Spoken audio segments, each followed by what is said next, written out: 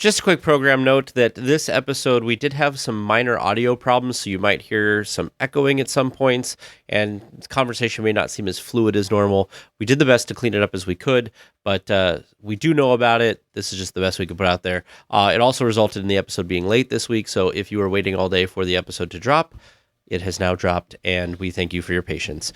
Enjoy this week's episode. Coming up on this episode of DL Weekly, old fireworks return, a new poolside bar is nearing completion, more Galaxy's Edge updates. Disney shows its pride, a new Lion King popcorn bucket, we take a tour through downtown Disney, and more. DL Weekly starts now.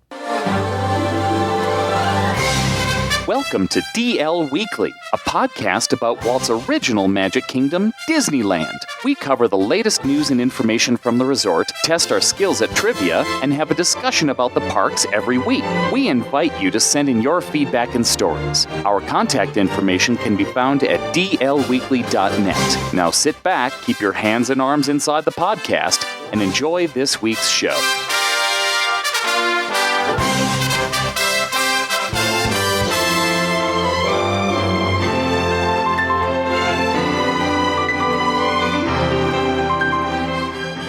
Hello and welcome to this episode of DL Weekly for the week of June 12th, 2019. I'm Teg Bushman. And I'm Therese Urban. We would like to send a shout out and a big thank you to all of our patrons, including Holly B, for increasing her support. This support helps make DL Weekly possible. Our patrons get some pretty nice perks like access to our Discord chat, live shows, some DL Weekly swag, and more. If you would like to learn more, head on over to dlweekly.net/support. Well, want a way to chat with us and other listeners of the show about anything Disney parks related? Well, you can head over to dlweekly.net/forum to be taken to our forums. The forums are free and open to everyone to chat about Disney parks all around the world. So head on over, make a quick post about yourself in the introductions forum, and join in on the discussion. Well, if you're going to the park soon and would like to be wearing some DL Weekly swag, head on over to dlweekly.net/store and pick some up. Now, let's get to the news.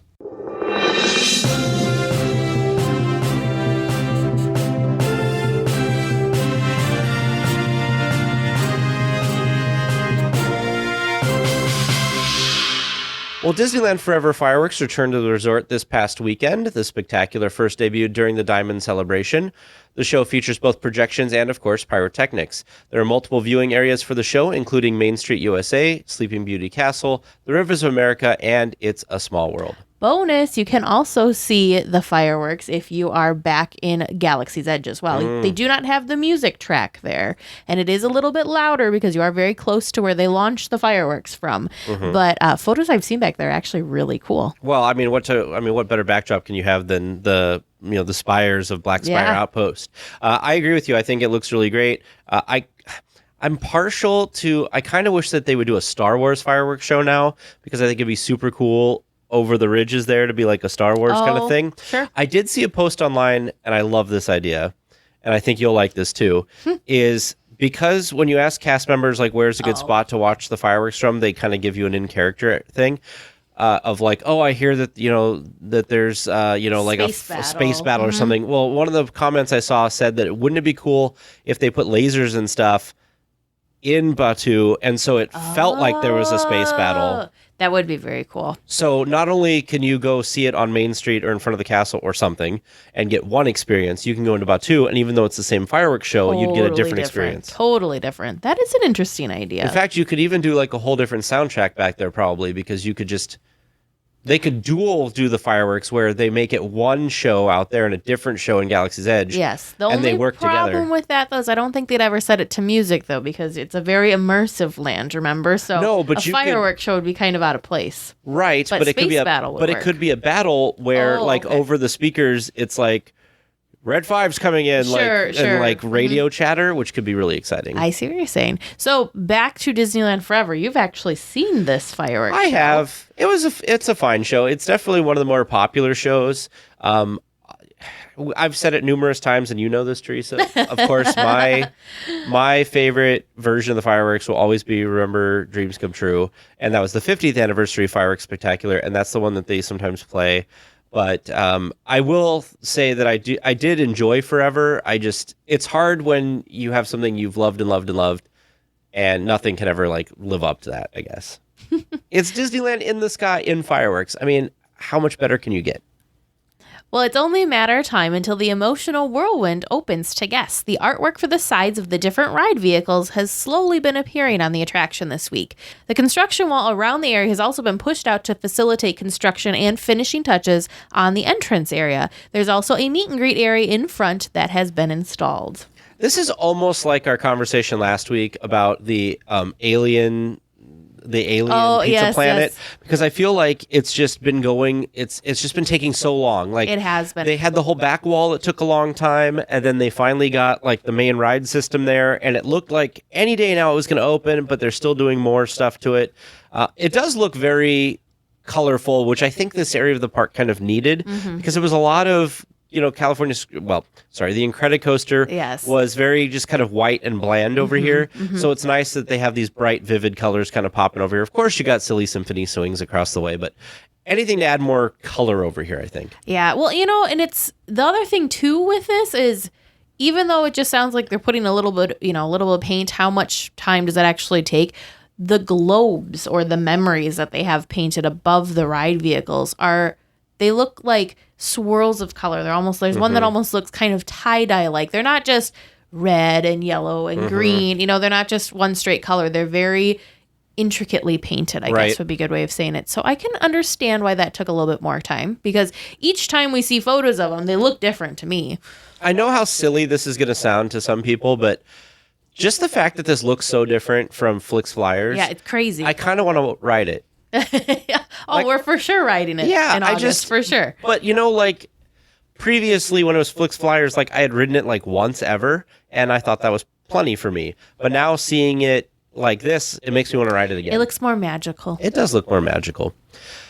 Oh, it just happens to land on me again this week. The Pixar Pals parking structure is a flurry of activity leading up to the public opening of Galaxy's Edge on June 24th. The new pedestrian walkway will be installed evenings between now and June 19th. Magic Way, the road that the bridge crosses over, will be closed each night starting at 10 p.m. or 1 a.m. and ending between 6 a.m. and 9 a.m. depending on the day. Check the link in our show notes for specific dates and times. I was wondering when this was going to get installed.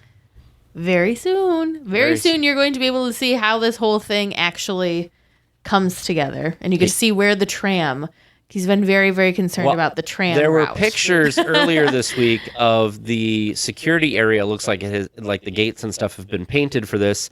And there's like digital signage above it that they were testing. So I'm interested to see what the different digital signs say.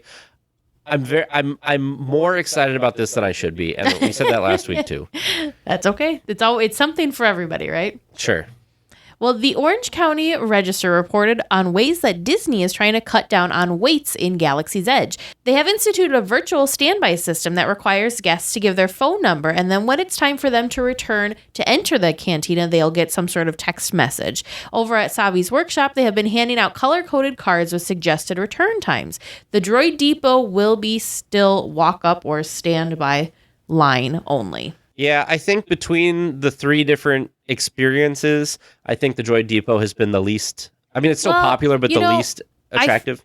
The Droid Depot doesn't have the same limitations as Savi's or the Cantina does. Sure. Because I feel like it's a quicker experience. Plus, it's not like building your lightsaber where there's only a certain number of people that can go in for the experience, and they have this dedicated time.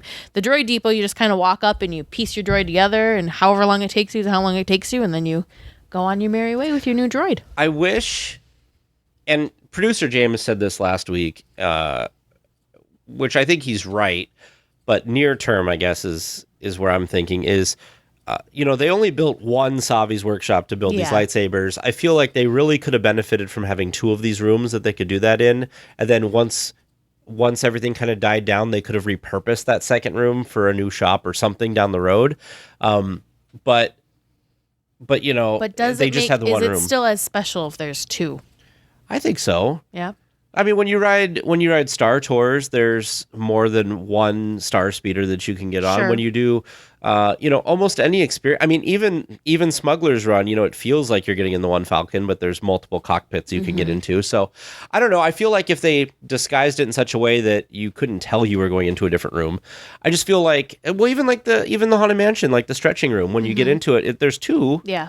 but it doesn't change anything. It's still just as magical. So I don't know. I feel like they could have done something to increase capacity here. But as producer James said last week, once all the fans get their fill of their $200 lightsaber, it probably will be something, 3 or 4 years down the road that you'll be able to get into easily. Well, even so, I kind of wonder how quickly the lines will kind of draw back, and how, I don't want to say how unpopular it will be, but how much of a go-to and a must it will be for people, just even in the next couple of months. Sure. Because I feel like right now you have a lot of very diehard people that are going and experiencing Batuu, whereas, maybe a year from now, it's not going to be the same crazy wait times. Yeah, and I agree with that. So it'll be interesting because it's, in the long run, it makes sense. But I see where you're coming from for the short term, though. Yeah, I feel like they could easily do something different with it, I guess, or they could have done something easily with it. I was thinking just now, like off the top of my head, I'm like, couldn't you couldn't you have a lightsaber building experience somewhere else? And I realized the whole magic is the special effects of the room and everything, so you can't just do it somewhere else. Right. Well, the other thing I have seen, too, is rumors that they're going to kind of turn this into like an online reservation system, like the Bibbidi Bobbidi Boutique has, so you can sign up for your slot, and then when your time comes, you can just walk up. Because now how it goes is they kind of give you a return time, but you could still be waiting about an hour before you get in. So yes, it's nice that you weren't there maybe for 2 or 3 hours, but it's still not a golden ticket to get right in the door again. So yeah, I feel like Disney's really been working hard in the last few years to make sure that people don't have to wait for things. But then obviously, people end up in the walkways and all that. So they'll figure it out. These are very popular experiences that people want to do. So, and the same thing with the cantina. I think you were saying right before the show that you read one of the reports was about that they would have only been in there half an hour, but they didn't get their check and stuff till almost the hour mark. So they could be turning people faster, but they're just so overwhelmed with people. I was going to say, think of how many guests are in there, and there's a 1 drink minimum that you have to purchase when you're in there. So everybody in there is getting at least one of these. Well, and these drinks are so cool, cocktails. You're not just going to down it. Exactly. And then you only have, there's only a certain number of cast members that are working behind the cantina bar as well. So they can only move so fast. It's just, I feel like as many things that could have gone wrong with them opening this new land, I think these are very small inconveniences and compared to what it could have been. So I'm still very proud of them for how it's turned out. Well, the last time we talked about the new pool bar coming to the Grand Californian was way back in December. Work is nearly complete on this new bar and should be opening soon. With the high temperatures all over California this week, this will be a welcome addition. Yes, perfect time to open a poolside bar. Well, I actually forgot that this was even happening. We reported this way back in December, and since then, I just had totally forgotten about it. So the fact that this is finally wrapping up and becoming something that people can use and enjoy, especially with the heat that's been around, I think is a good thing. So it looks like it's going to be really cool. Well, there have been conflicting reports on what's going on in the area next to award wieners in the Hollywood backlot at Disney California Adventure. One report says it will be expanding seating for award wieners, and another report says it's actually going to be the new facade of the Sunset Showcase Theater. Time will tell what will end up here for sure. So what I heard about this was all conflicting reports. At first I heard that it was going to be, I saw on Twitter that it was going to be a rearrangement of the Sunset Showcase Theater, that they're going to do this new kind of entryway that would be out onto Hollywood Boulevard there, where people can actually see it and not kind of be tucked in around the corner. Then I saw somewhere else online that it was going to be seating for award wieners. So I think it's kind of up in the air what it's exactly going to be.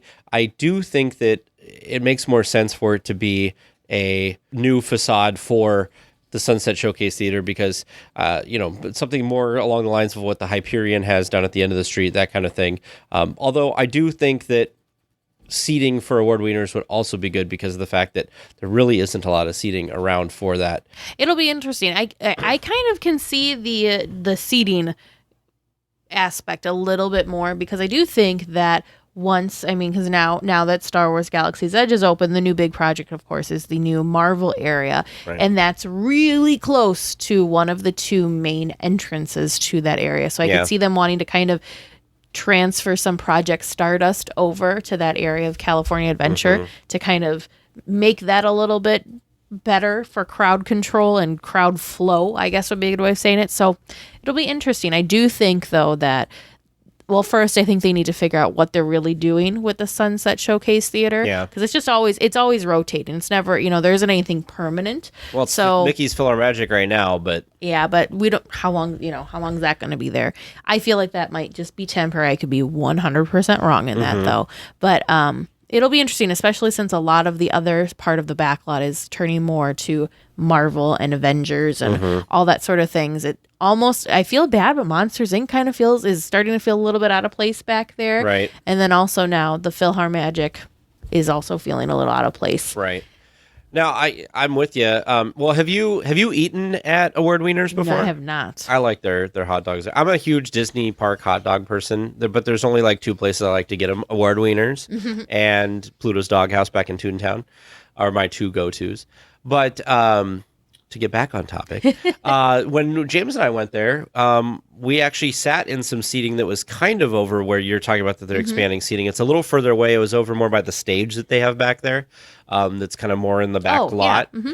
And when I had eaten there right after the park first opened, the only place for you to eat is you could walk across the street and there's like a fountain thing in front of the bathrooms that are right there. And we like sat on the wall. Oh, yeah. But you're right. There's like not a lot of good seating. It's a walk up thing, but then where are you supposed to go eat it? And a lot of their hot dogs are things like chili dogs and stuff that you're not just going to like hold in your hand and eat. You have to like sit down and maneuver with it. So either way, I think it'll be a good change, I guess. Well, a unique item to Galaxy's Edge is the Star Wars credit card. The card is a gift card made out of a heavier metal material that can be used anywhere a Disney gift card is accepted. There is a $100 minimum load requirement and is only available at the Droid Depot in Galaxy's Edge. I really want one of these. Yeah, Tag has already been planning our trip, even though we don't know how we'll be able to get into Batuu when we're there. We're not sure if it's going to be open or if they're going to maybe expand out where they have what were they calling it? Not the reservation system. The virtual queue. The virtual queue type thing. So we're not even sure if we could get there to try and get one of these, but they are quite neat. They look super cool. I've only seen pictures. Are they actually made out of metal? They are. Wow. So I knew there'd be a we bag. were just looking at photos of this because we're trying to figure out how you use it. It is, first of all, it's thick. It's a thick piece of metal. It's thicker than like a quarter, I'd say. Yeah, I would agree with that. Probably maybe like the thickness of 2 quarters stacked on top of each other. So obviously you're not swiping this thing. So we found a photo. Someone finally posted a photo of the back because the only thing we could find was photos of the front. And there's basically like a barcode that's on the back. So that's how they can load your money to the card, and then how they also take your credits, take your credits off of the card. It is very convenient that the credits used on Batuu are exactly the same rate as what our US dollars are. That was very nice of them. Yeah, it's interesting how that kind of works out. I really like this. I think it's a cool idea. I could see them doing... How does this not cost? Like, how is there not like a $5 charge for this card? I don't know, but I could These see are them. I could see them expensive. doing this for other areas. Imagine like they could do one in Frontierland that's like a gold coin. It's true. They could do one in Fantasyland that's like You could pixie-like, have one in New Orleans Square that looks like pirates, like a pirate's coin. like a doubloon. Yes. Yeah, see, this is just stuff that's coming. And you know what? They probably could charge $5 or $10 extra dollars for easily. it. But I'll tell you what, it's one of the first things I want to do because you load the $100 on there. You get to keep it when it's empty. We're going to spend at least $100 at Disney. So bam, throw it on there, done. Well, June is Pride Month, and Disney is fully on board this year. The Rainbow Disney Collection, which donates 10% of the proceeds to Glisten, an organization that helps to create safe and inclusive environments for LGBTQ students in kindergarten through 12th grades. Almost any apparel or accessories that you can think of have a Rainbow Disneyland image on it with text. Of course, food is also in the mix as well, with some rainbow frosting and sprinkles on many popular items. I am a fan. Usually they only have like 1 or 2, I feel, things, but there are new ears. There's all sorts of t-shirts. There's artwork that you can have up in your home. There are plushes. Yeah. all sorts of stuff. I will tell you, from back in the day, even when I've gone during gay days, which happens in October every year, I felt like Disney only had like a few little things. For a while, they had like a Rainbow Mickey antenna ball. Oh, yeah, I have one of those. And they had a Rainbow Mickey like pin. Mm-hmm. And I think they had maybe one or two other things. Last year was the first year because you wanted to get some for your friend Nathan. Yes, because they were the Mickey ears with the heart, the Mickey hands making the heart with the rainbow. Mm-hmm. So that was kind of like the level of it. And they never like officially supported Pride, really. I mean, they kind of like sort of showed it off. But I can guarantee you there is a large portion of their, well, first of all, there's a large portion of their audience, but there's also a large portion of their cast member base that is in the LGBTQ community. So I feel like finally kind of getting rid of that last little bit of like concern that it's going to offend somebody, and just kind of supporting it, I think is a good thing. And the fact they're doing stuff. In fact, on Mouse Kingdoms, we reported just a couple weeks ago about how Disneyland Paris was having like an entire Pride. They have like parades and a whole festival and everything at Disneyland Paris.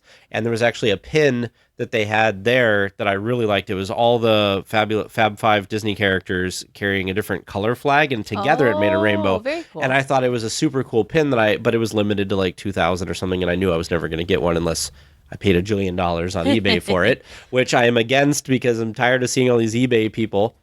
But yeah, I'm glad that they've got all this stuff. And obviously, a lot of companies this year, not just Disney, are really kind of buying into the Pride stuff, because I've seen it more this year than I've ever seen it before. So good on them. I'm excited to see they're doing it. They have some good products here. I'm interested to see, as time goes on, what else they're going to come out with in the years coming. Yes. Well, I, for one, really want the ears.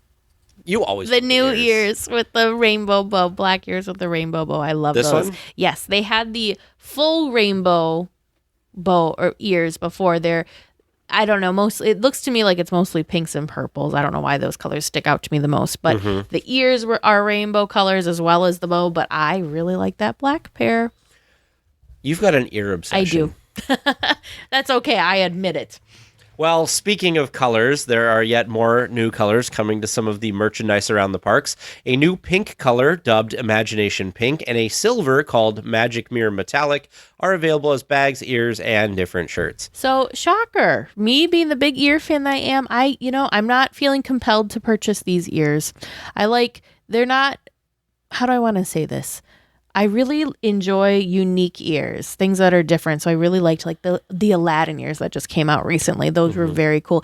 These to me feel a little more on the plain side, I guess would be how I describe them. They're cute. Don't get me wrong. I can see how a lot of people will be very happy with them. The colors they're very bright. It's a very vivid pink.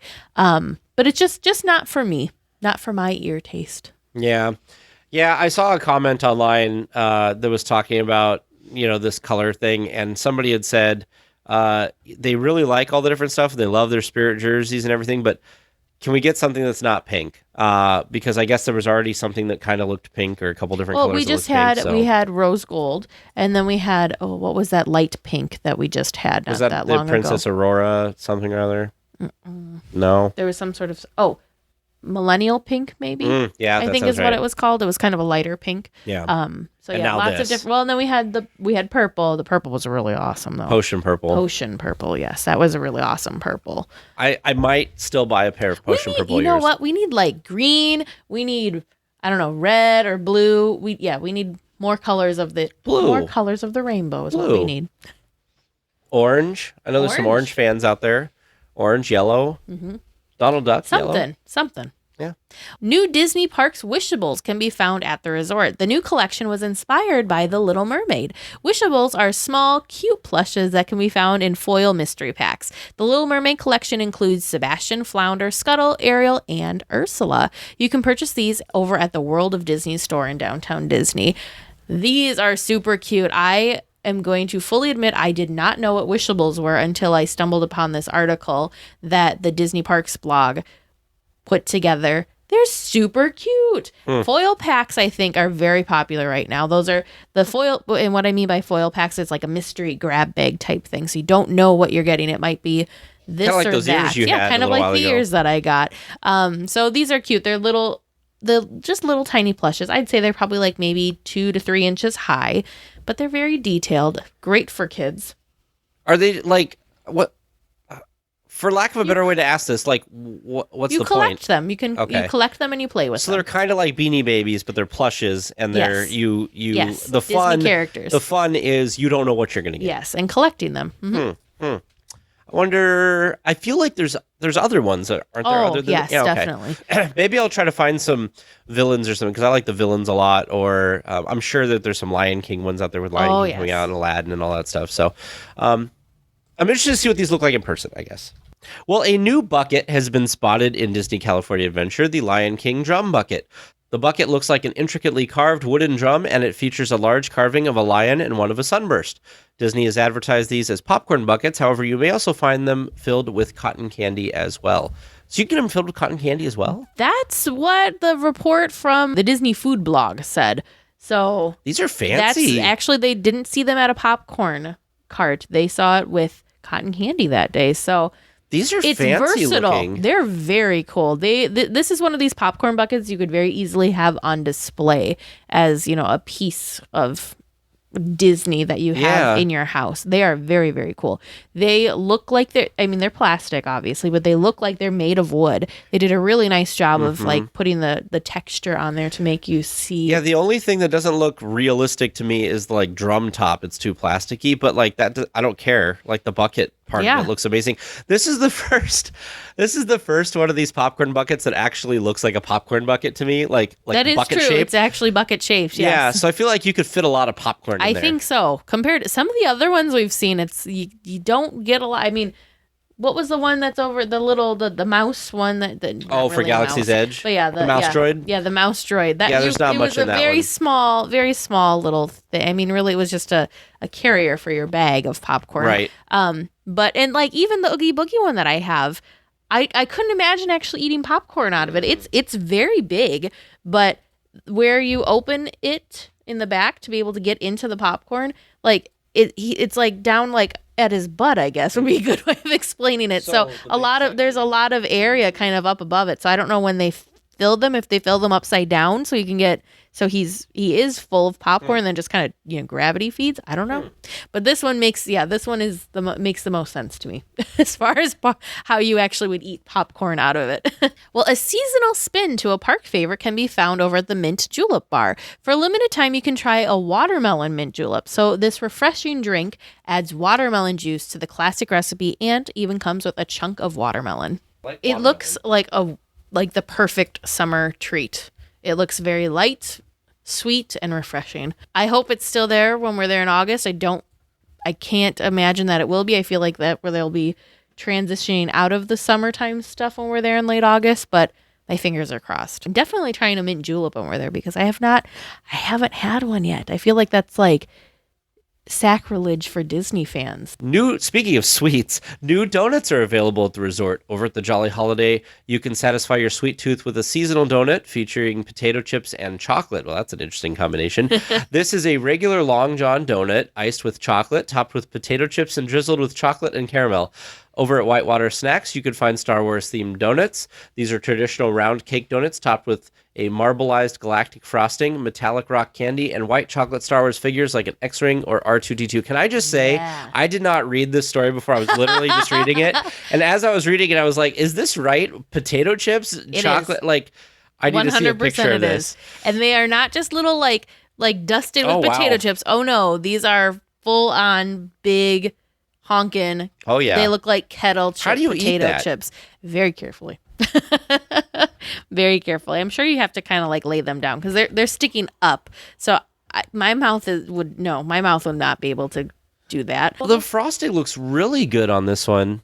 And there's even some little stars sprinkles on there. It's a very large, very large white chocolate pieces that are on there too. So it's not the most healthy. I mean, not saying donuts are healthy breakfast foods, but this is like 25% chocolate on top of your donut. Yeah, it's a big piece of chocolate.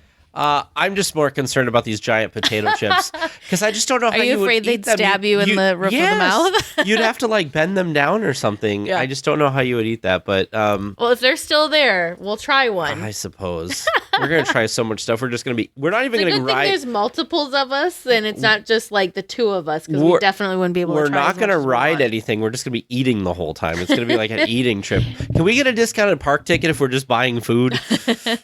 Well, now we take a trip to Trivia Land, where producer James tries to stump us with Disney trivia. He's going to read us the questions. We're going to attempt to answer them, and then he will give us the correct answers after the discussion topic. So what do you have for us this week, James? I have a week that is filled with listener questions, including a bonus Ooh. that's not directly parks related, but was too good not to share.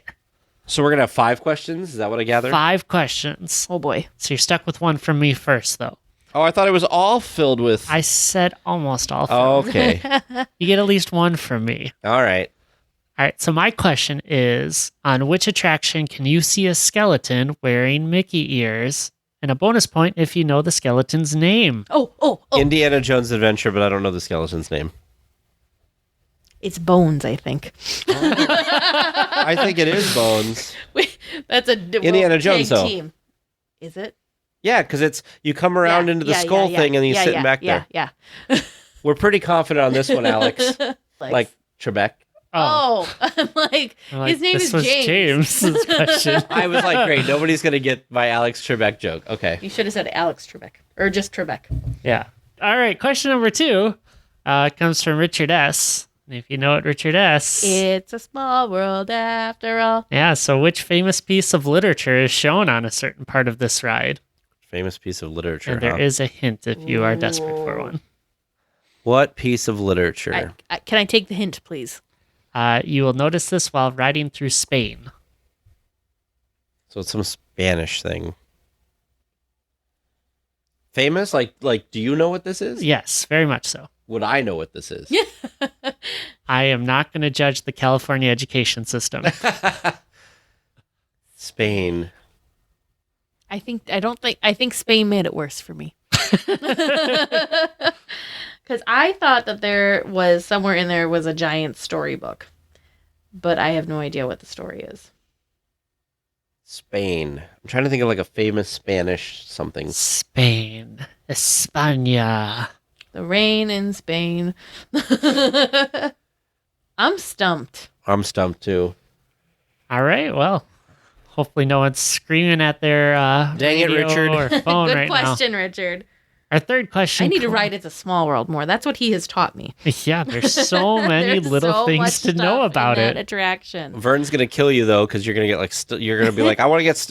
You could have all of your wishes. You get stuck on it, which gives you No. time to pay attention to all the stuff, and then Vern wants to murder you. I think I could get stuck on it if the song was not playing. Gotcha. That song gets stuck in my head very bad as it is just going through the attraction normally. So I So don't think easy. I could be stuck in one place and have to listen to it for like an extended period of time, because then it would just be in there permanently. All right. What's the second question? Or third? Third question from listener Kayla J. And Kayla's question is, one of Disneyland's shortest lived attractions was the Mickey Mouse Club Circus. Oh. It opened in late 1955. How long was it open for? Oh, I think it was Circus. I think it was really short. Like I think it was like 3 months or something like that. I think it was just the summer. I was gonna pull it open. I was gonna pull like to 6 months. You want to say 6? I want to say 6 months. I think it did span 2 years. Maybe. Maybe. All right, our fourth question this week. A new listener asking a question, Christian D. Welcome to the podcast. The iconic letters that spelled out California in the front entrance of California Adventure were removed during the expansion project of the park. They were relocated somewhere else. Where can you find them now? I think they're located. I think they're located at Cal Expo, which is where the Yes. state fair is. Yes. I was gonna say it has something to do with the fair. Yeah. Because I think it's for the state fair in California. I Yes. think they're there somewhere. I agree.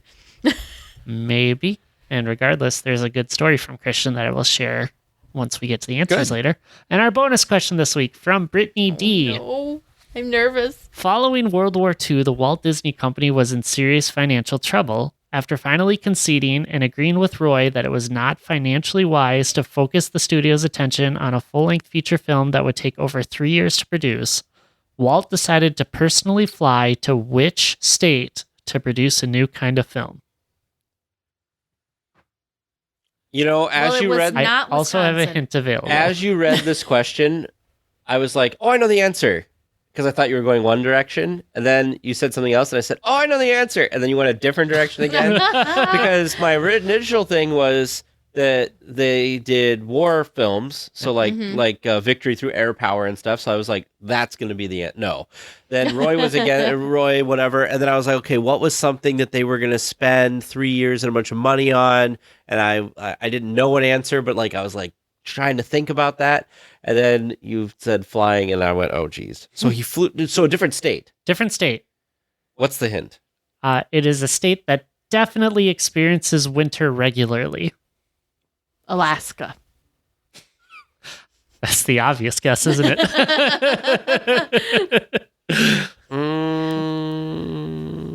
Okay, so he went to film a movie. He went to film, a new kind of film. It's not a full-length movie. Second hint. New kind of film. So, and you said it's not Wisconsin? I did not No, say I it's said not that. Wisconsin. Oh, I'm just going to be silly and I'm going to say Wisconsin, but I don't think that's right. But I'm going to say Wisconsin because Wisconsin pride. I'm sticking with Alaska. Alaska? Yep. Okay. Such great thinkers this week. Stick around until after the discussion topic to see how well they did. This week, our discussion topic, we've done tours of Disneyland and we've done a tour of California Adventure, but this week we're going to hit up something that we haven't done a tour of, and that is going to be Downtown Disney. In fact, as I was talking about that, we should probably do a tour of the different hotels at some point too, Ooh, yes. because there's a lot of stuff in the hotels that I think that people don't even know is there. But so how are we going to attack this, I guess? Well, I think we're going to pretend that we just walked out of the park for the day Okay. or the afternoon. Maybe we're going to do lunch at Downtown Disney, but we're going to come from the park side. So that would be the east side. Sure. correct? So the first thing you come across, we were talking about this right before the show when we were looking at Downtown Disney. This is embarrassing. This is kind of embarrassing. There's the La Brea Bakery, and there's the La Brea Bakery. Well, there's the There's a cafe, cafe. and there's the Express. So there's like a little window. I always forget about this one because I am always focused, like you, on, well, you didn't really go too much into Downtown Disney. I always am focused off getting off the tram and getting to the park, and you're focused. So I actually, when we did experience Downtown Disney, we got our magic morning, magic hour. I still am confused by that, but we got Sure. it mixed up. So we thought we could go into California Adventure an hour early, and we couldn't. So we then had an hour to just kind of mosey around. Sure. So after we said hi to Tags Brick, we decided to go check out Downtown Disney. So we walked over to Downtown Disney from the Esplanade. And you know what I realized it was? I was very focused. There's a very cool fountain right across the street from this cafe and express counter. I was very focused on the fountain. There's also this kiosk that's there. So I was very focused on those things. And the La Brea Bakery Cafe is actually it's tucked back a little bit is. further. So it unfortunately is very easy to miss. So I kind of feel bad that I missed it now. I feel like I need to make sure I take a peek at it next time we're there. Do an apology kind of thing. I'm sorry, La Brea, You know, for ignoring you. I've seen it there, and I've never even had the inkling to walk up and look at it. Like, I don't know why. It's just one of those things, because I think a lot of people, before Starbucks was around, I think a lot of people went there because I think it serves coffee, and it never, called to me. And you're right. Right next to it is the World of Disney store, Yes, and there's so this beautiful I was fountain. very focused also on the World of Disney store because that was where I wanted to go, and that's where I wanted to check it out. So I was, very focused on walking over to World of Disney. Right. Which, of course, brings us to the next thing that you come across going through Downtown Disney, and that's the World of Disney store. And this store is huge. And in fact, looking at this, you did not realize it was actually connected to the hotel. I didn't. I did not realize that this was connected to the Grand Californian, but it is. You can. Very cool. I think even, yes, there's rooms and stuff above it. So you could very actually neat. like, I don't know Yeah. if you'd want to, because I feel like it might be a little louder, but you could have a room right above it.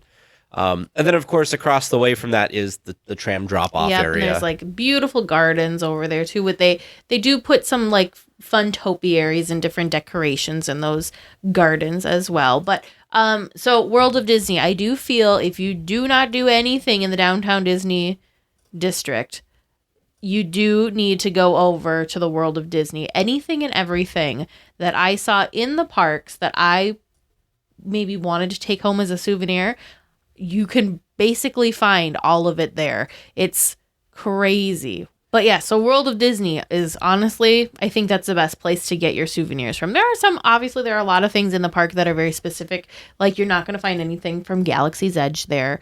But there are some other places that are a little bit more park specific. But for the general kind of park merchandise, you can find practically anything you could want in this one store. I think that's very nice. So that way you don't have to worry about either carrying it around with you or worrying about going back to guest services before you leave for the night to make sure you pick up your bags that you had held there for you.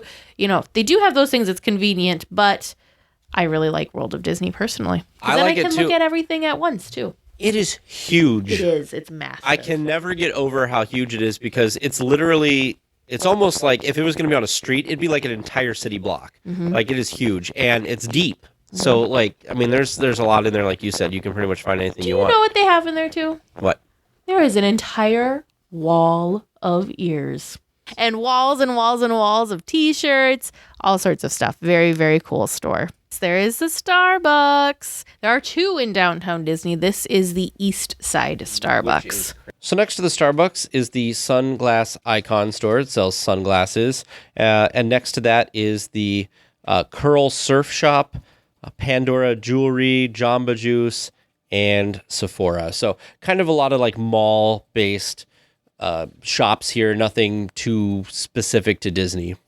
You know, the sunglass place is pretty cool though. You know, yes, you can get your regular sunglasses, but they do have a lot of special Disney themed sunglasses that I think only are released at this location. Same thing with there's a Pandora there, and there's also a Pandora also has some Disney park specific, even though they're kind of mainstream big chains and you can find these at malls and whatever. Right. They do have some Disney specific merchandise at these locations. And of course, across the way from this is the Naples Restaurant and Bar / Pizzeria that just went through a remodel. It is a little bit pricier, but I do love to come and enjoy food at this location whenever I can. It's got great food. I'm excited to check out the new patio that's out there because I think that will just add even more great ambiance to the area. But very good food. I don't know what Sanook is. Apparel and accessories. So I'm not sure what that is. And then, of course, there's the new Salt and Straw. Salt and Straw. I'm very, very curious to go check out Salt and Straw. So we've talked about it on the show before because it did just open recently. But there is all sorts of very unique flavors, I guess, would be how we would describe Salt and Straw. It's very unique flavors, and they constantly are changing. They let you try them, so I think that's really cool. So I'm just curious to try some of their kind of more like off-the-wall fun flavors that they've got. Well, across the way from Salt and Straw is like any Disney fangirl's dream. It's the Disney dress shop. You can find a lot of these dresses in the resort, but the Disney dress shop is devoted to all things Disney and dresses, I guess we would say. Lots of purses in there, but very, very, very cool themed dresses. And I've heard that, like you said, they come out with some really cool themed dresses and stuff. It's very, if you are into Disney bounding and don't have your outfit when you get to Disney, this would be a good spot that you could get something like that. Right next door is Marcelin's Confectionery, which is kind of like a candy shop. And I think I went in there once and kind of wandered around. Pretty standard is a candy shop, basically. Nothing too out of the ordinary. I do want to point out that around the corner from Salt and Straw, kind of tucked way in the back, there is an ATM there. So if you do need to get cash for whatever reason, it's kind of tucked in the back. There's also some restrooms there that are around the corner from Wetzel's Pretzels, which there's also a Wetzel's Pretzels there. And then, of course, next to Wetzel's Pretzels, you've got Ballast Point, which just opened, the brewing company, and Black Tap Craft Burgers and Shakes. And those kind of share the same space. One's upstairs, one's downstairs. So they kind of share that same kind of block there, surrounding the courtyard where the Uva bar is, which I always thought was kind of a cool little area because there's just a bar kind of in the middle of this area of downtown Disney that I always thought was kind of neat. And of course, there's all this nice seating, and downtown Disney is very nice. Like if you're not in the park yet, or you just want to take a break from the park, it's kind of a nice place to go and get some food and just kind of get away and people watch and stuff. There's always a lot of activity kind of going on. And then, of course, next to that is the Catal restaurant that has an upstairs patio area that you can look down upon, and they kind of run the Uva bar there as well. So quite a lot of things kind of shoved in this one little courtyard area. And next to Catal is Sprinkles, which is it's newer also, and it's got all sorts of different, I guess it's like a bakery, but lots of cupcakes specifically, all sorts of unique cupcakes.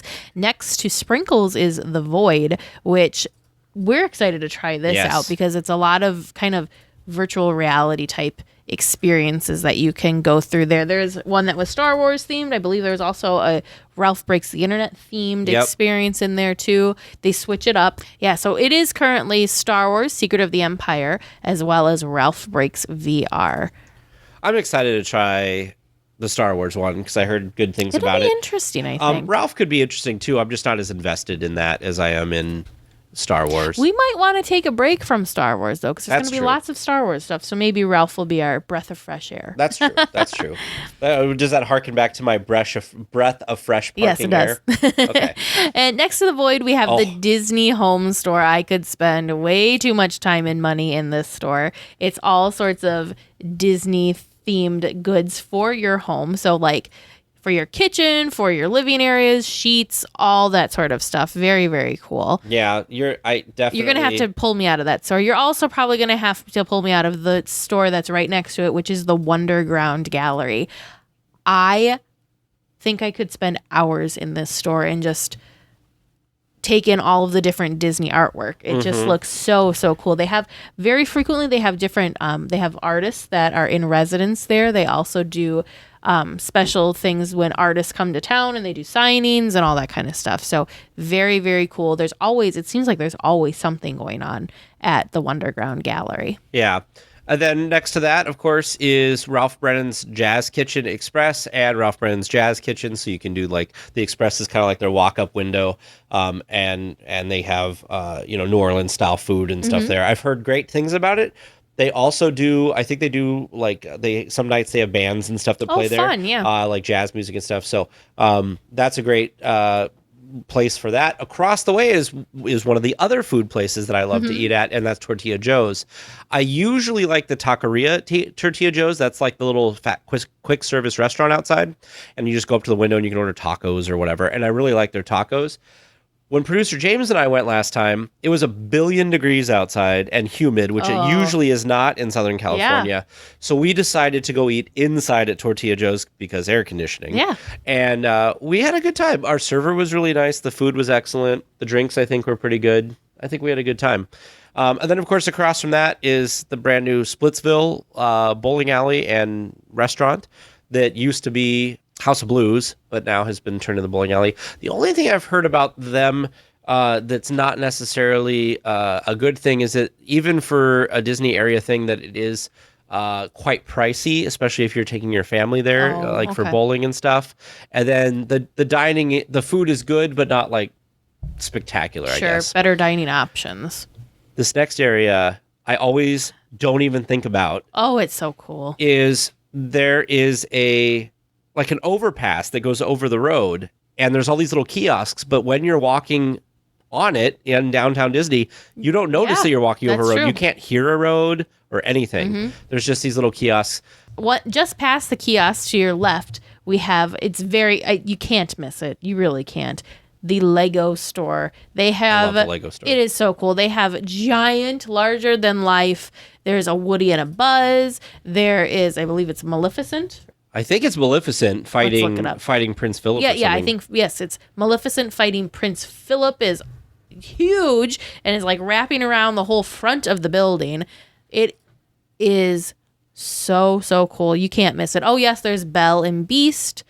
Very, very cool. Yeah, Buzz Lightyear and Woody. Yep. All made of Legos, by the way. Yeah, I think it's so cool. I love the Lego store in general. In fact, here's a little added tidbit. So the monorail actually goes right next to the Lego store.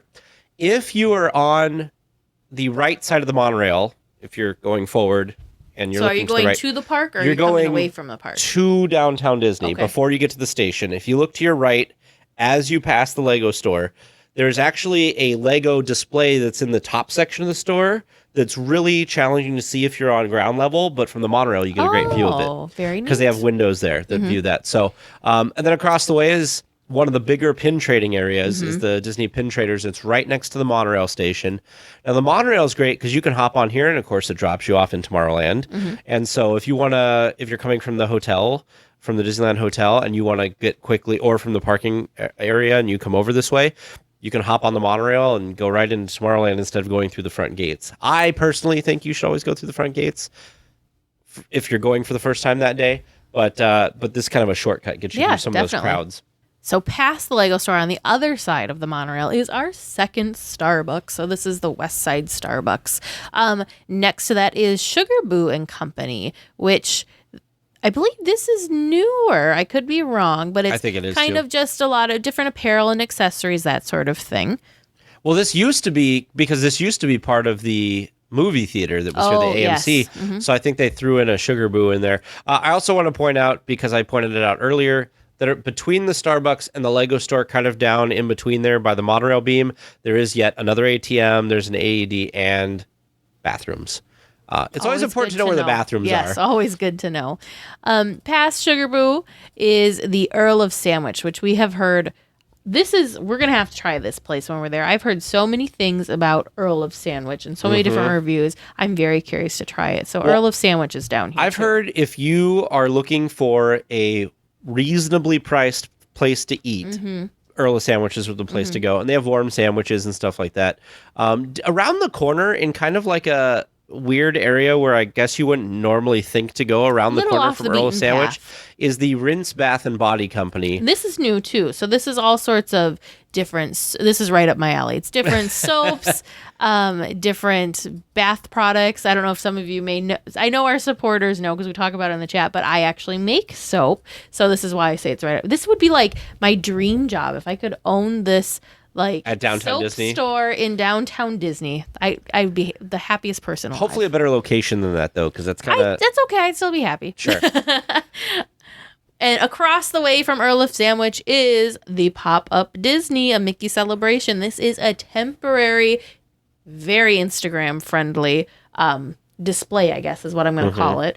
But it actually looks really cool. I was a little hesitant. I'm not a big Instagram person. I'm not that big of a selfie taker, but it looks very cool because you get to walk inside a Mickey balloon.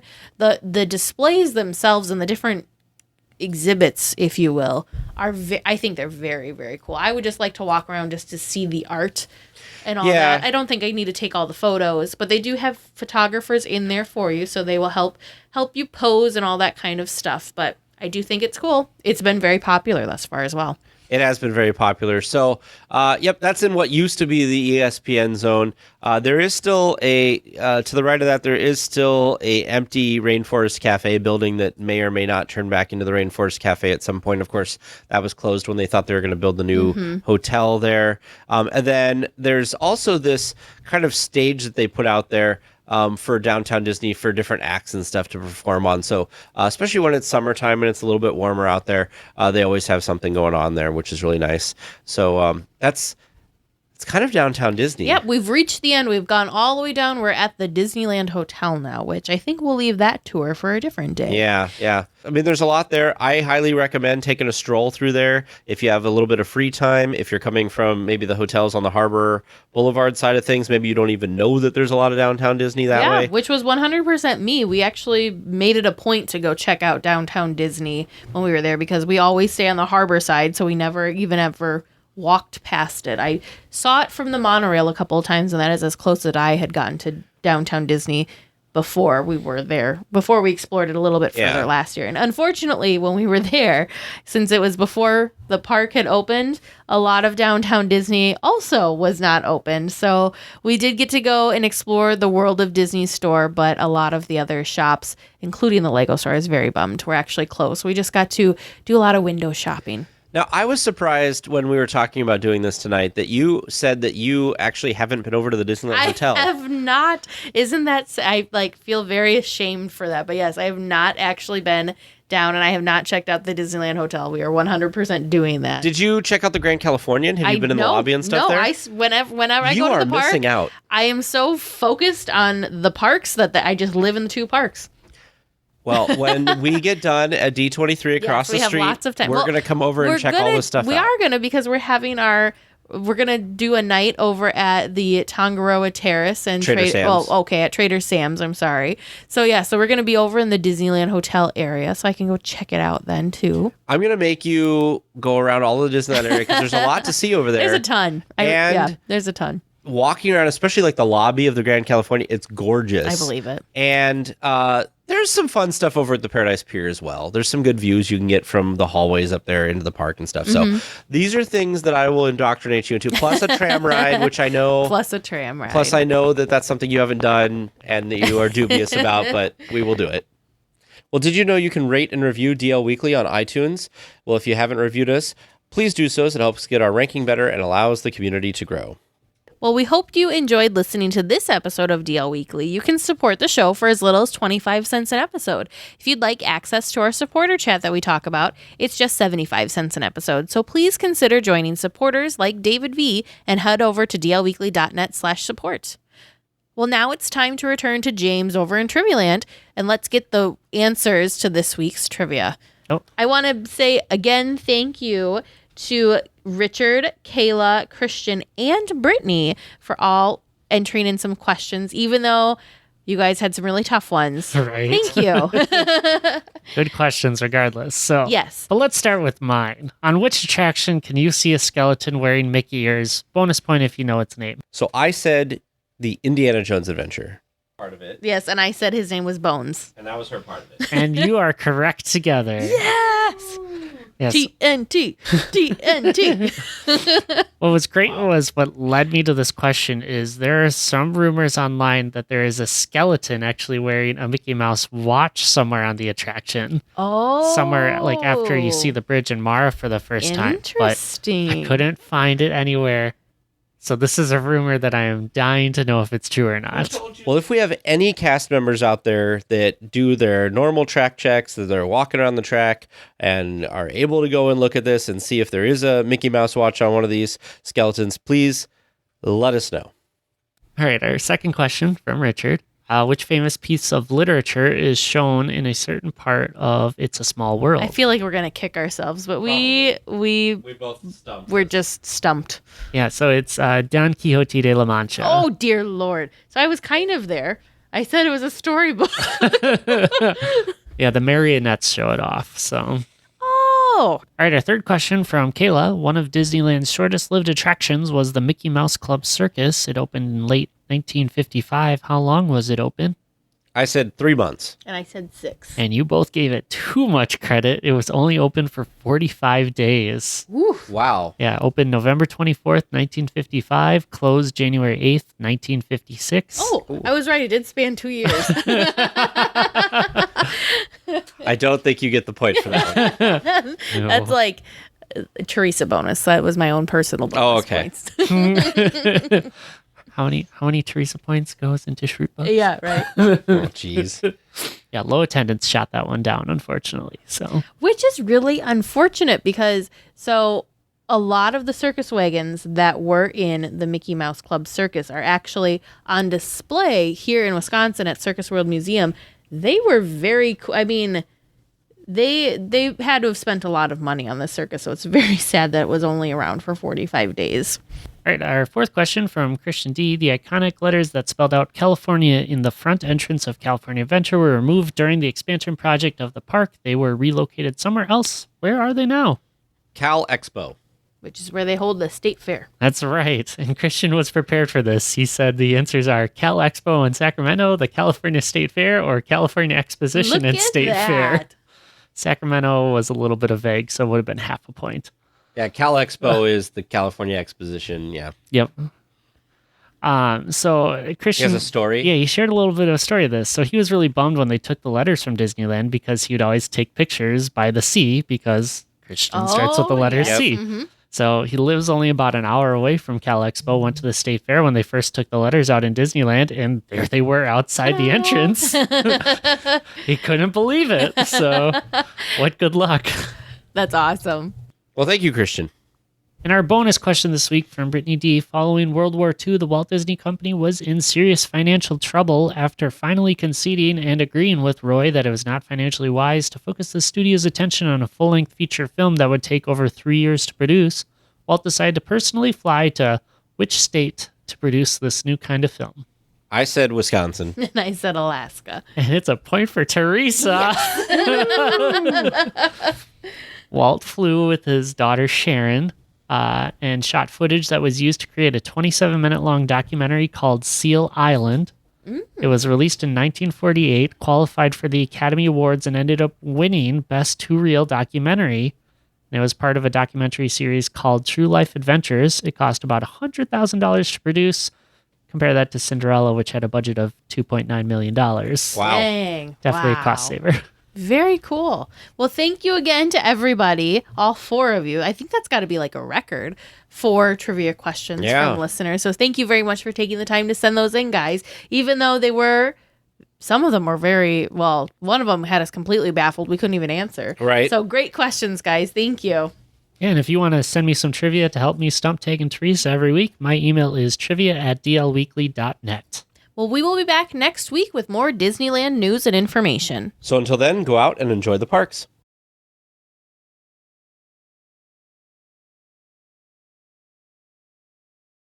Ladies and gentlemen, Disneyland has now ended its normal operating day. We hope you've enjoyed your visit to the Magic Kingdom and that you'll be back with us again soon.